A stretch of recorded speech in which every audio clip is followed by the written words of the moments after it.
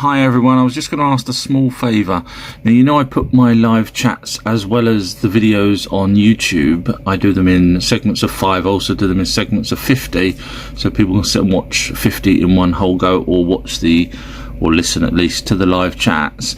I'd like to try and put live chats direct onto YouTube, but I need 1,000 subscribers, and so far I've only got 715. It won't let me do a live simultaneous. I want to do the same thing that I do with TikTok, but I want to do it on another phone with YouTube. So I'm just wondering if anyone wouldn't mind subscribing to my YouTube channel to get me to over that 1,000 so I can put them on YouTube. That would be great. Thank you very much for your time.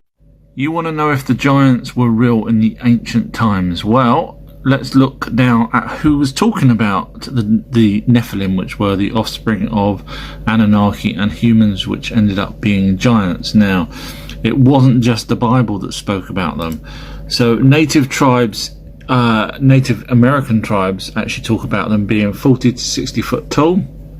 Some are actually, they say, 150 to 200 foot tall and could catch whales the way a human would normally catch a fish.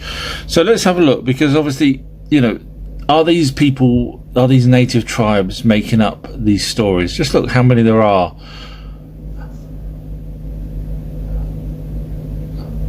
Yeah, I mean, I'm just you know, just going through here. The list goes on. So these are just Native Americans. I'll get to other cultures in a moment. Who else talked about the giants? Well, in the Bible, the word Nephilim means giant in the Hebrew dictionary, according to Zechariah Sitchin. Now, we can look down and see that the word Nephilim is said in a couple of places in Genesis, and it's referring to the Nephilim as giants or fallen ones. Now, the fallen ones were the fathers, as I mentioned many a time before. And they were the Anunnaki that shouldn't have had relationships with humans. But who else is talking about the giants in those days? Enoch talks about giants and actually describes them as approximately 450 foot high, which is absolutely huge. Gilgamesh was also classed as one of the giants, and I will cover Gilgamesh as I go along on the different videos about the Anunnaki. England had its share of giants. Now this is a chalk carving, not the real one. This is obviously a fake picture with something covered up, but it was an absolutely massive chalk carving carved in the hillside, and this is fairly ancient. But there was also talk that Noah's son Ham came to the UK after the flood, and Noah's lineage, obviously, as we know, were Nephilim, because they were sons and daughters of human people and the Anunnaki.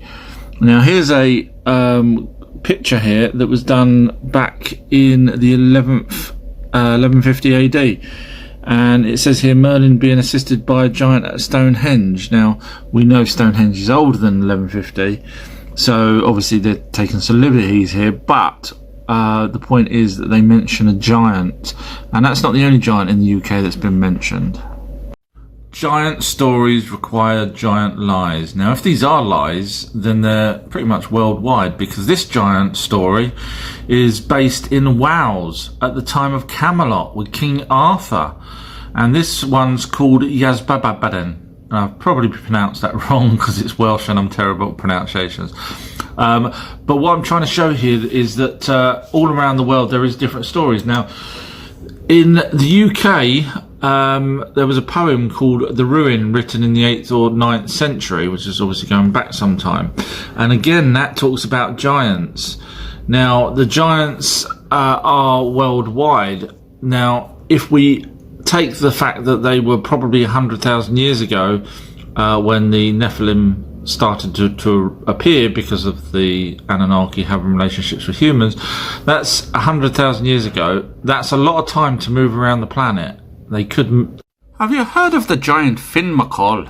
Well, supposedly there was a giant back in ancient times, lived in Ireland near the causeway, and was said to be about 54 foot tall. tall, which is about 16 meters, which is absolutely huge. And he lived on the causeway, or the stories go that he was near the causeway, which are these sort of steps, really weird shaped steps. Now, modern scientists say that it's volcanoes that's done that. But the stories go that he built these so he could cross over to Scotland from Ireland, because from where these are, it's a very short distance to Scotland. And he built them so he could see his giant girlfriend. Now let's just see if there was any evidence in Scotland of anything giant. Yes, this giant sword, genuine giant sword, was found to be from the 15th century and was found in Scotland. So we're connecting the facts now that there possibly was giants. For those of you that are interested in our true history, and I mean proper history, not what mainstream or even universities teach us, but actual, let's get back down to the nuts and bolts of aliens, ancient aliens, giants, Bigfoot, all that kind of good stuff. I put it together in a way that hopefully you'll eventually understand that yes, maybe mainstream has been lying to us. Now, I've also got a YouTube channel if you don't want to watch them all on TikTok. So there's over 400 videos at the moment, and I also do live chats as well, which I put onto YouTube so you can watch them and find out all about our real true history. So feel free to join us. Go back and watch it from video 1 onwards, because I cover Planet X, which is what NASA calls it, which is another name for Nibiru, a planet that's in our solar system apparently. But watch the videos and you'll make up your own minds. So feel free to join us. Hope to see you soon.